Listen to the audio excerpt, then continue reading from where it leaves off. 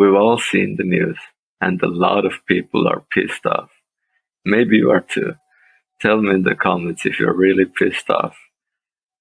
But I'm gonna tell you why European Super League is actually not that bad of an idea, and why it's probably here to stay, even though FIFA and UEFA are trying their absolute hardest to stop it.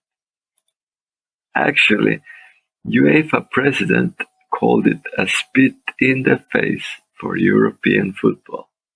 Imagine that.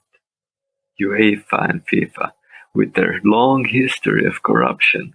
Remember, World Cup is happening in Qatar. These guys now are outraged and giving lectures about greed. Imagine that. And they're not just lecturing about greed, they're threatening to ban footballers of the Super League from competing for their countries. No European Championship, no World Cup, even no international friendlies for these players. Now I think UEFA and FIFA are totally busted, and they're really worried that they're losing their domination over world football. But I think they actually have no leverage here. But more on that later. Let's get into it. So, meat of the issue.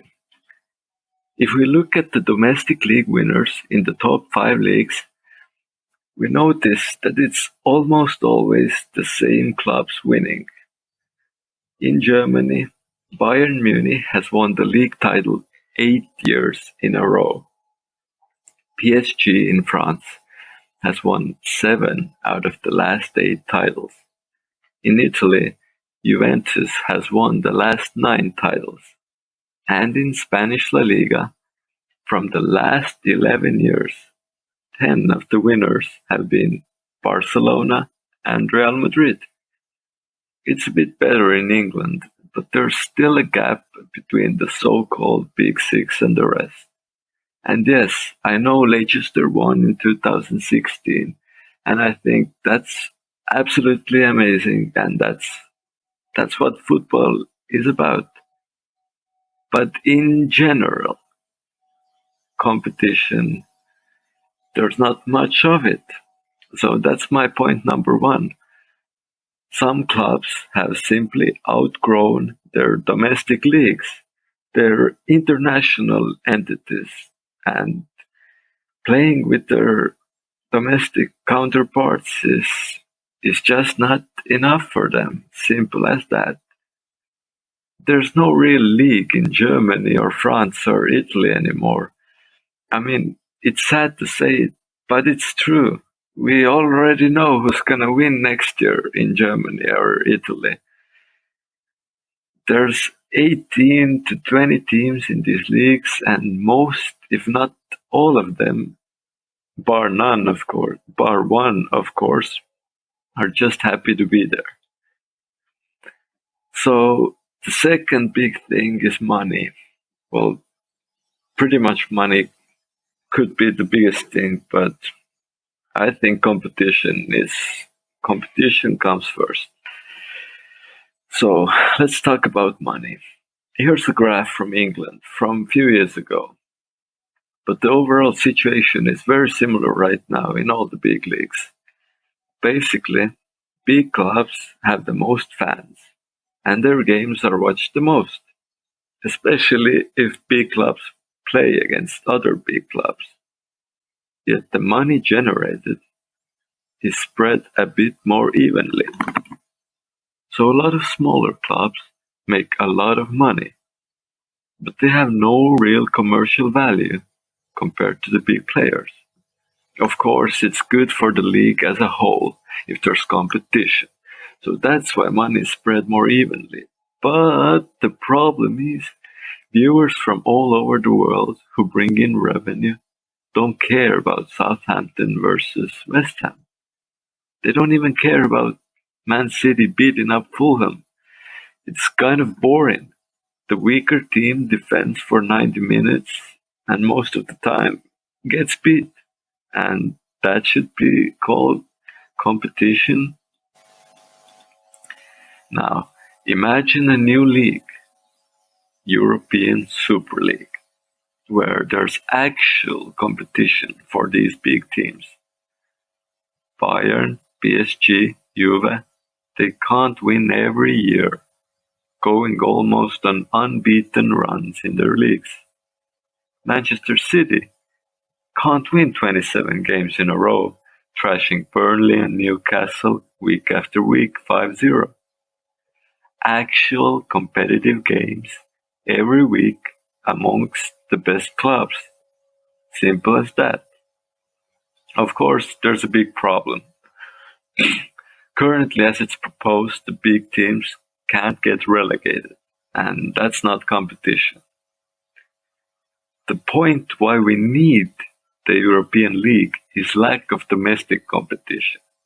But there has to be risks involved for the big teams, an incentive for the other teams who get left behind in their domestic leagues. There has to be incentives involved for all of them. European Super League would be amazing if teams could get relegated and new teams could join. That's the heart of competition. That's the spirit of football. We don't want to lose that. We want to add competition, not remove it. Man City, for example, hasn't been a super team forever. They've become that recently. In a few years, maybe Red Bull Leipzig in Germany or Leicester in England would be at that level. They could then join with the Super League. Playoffs need to be in place as some clubs rise and others fall. That's what makes it great. Now, why Super League is inevitable? If you like it or if you don't like it, I get you either way. There's a lot of tradition and, you know, things have been how they are, like they say, things have been how they are always, so how could we change it? But times change and things always change, actually. And like it or not, there's big money involved. If right now Real Madrid plays with nobodies for 90% of the season and then once every few months a lot of people tune in to watch them play Barcelona, then just imagine the TV revenues of the new league where every week there's box office games. I think football is just getting started. If right now best players make maybe a few $100,000 every week, they're gonna make $1 million every week. Modric, Ramos, Dybala, Sterling, they'd all make at least twice as much as they're making now. Potentially 10 times more. We don't know how big the Super League could get. Haaland and Mbappe could very well become billionaires by the end of their career. Everyone involved would just be so loaded with cash, it's insane. Even for the other clubs in domestic leagues. They're gonna sell players to the Super League. They're gonna compete, ideally, amongst themselves to become part of the Super League. There's a lot of money to be made here. Right now, TV is filled with football games people don't want to watch. Simple as that. I'm gonna tell that again. Right now, TV is filled with football games that not a lot of people want to watch. In the new league, TV would be filled with box office games. More viewers, more money for everybody. Simple as that. European Super League clubs are promised 200 to 300 million euro welcome bonus. JP Morgan has invested $4.8 billion in Super League. These are some big major players. I mean, this thing is just not gonna simply go away. There's too much money to be made. And imagine that UEFA currently is threatening to ban players involved in the new league from international football. Pretty much that's the That's all they can do, threaten. But the player has a choice.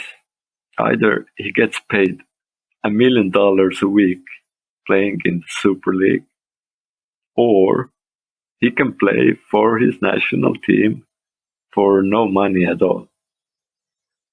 Let's be honest, that's no comparison. There's no leverage here for UEFA and FIFA. They're totally busted. Money talks, even for UEFA and FIFA, as we know from their long corruption scandal filled history. So they can't do anything because they need to make money as well with their World Cups and international competitions, and they need the best players in it. And guess what? The best players are going to be in the Super League because they want to make the most amount of money.